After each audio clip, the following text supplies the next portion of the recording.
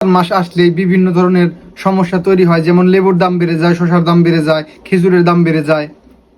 তো রমজান মাস আসলে সব দেশে মুসলিম কান্ট্রিগুলোতে আসলে সবকিছুর দামই কমে যায়, তারা আসলে দাম কমিয়ে রাখে বা রমজান উপলক্ষে ছাড় দেয়। কিন্তু বাংলাদেশে আসলে এটা কেন হয় আপনারা আসলে অনেকে জানতে চেয়েছেন। তো সেটা হচ্ছে, আপনারা দেখেন যারা আসলে এগুলো ব্যবসা করে তাদের আসলে দোষ আমি দেব না, কারণ হচ্ছে বেশি টাকায় কিনে আনে, তাদেরকে বেশি টাকায় বিক্রি করতে হয়।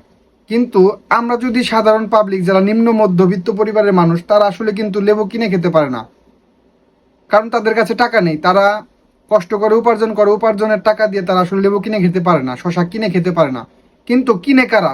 লেবুগুলো কিনে কারা? শশাগুলো কিনে কারা? খেজুরগুলো বেশি দাম দিয়ে কিনে কারা? যাদের কাছে ঘুষের টাকা, যাদের কাছে হারাম টাকা, যাদের কাছে চাঁদাবাজির টাকা, এই সকল টাকা যাদের কাছে আছে তাদের তো কোনো ম্যাটারই নাই। যদি 500 টাকা আলু লেবু হয়, ধরো তাদের কাছে তো টাকা আছেই, তো তাদেরকে কিনতেই হবে।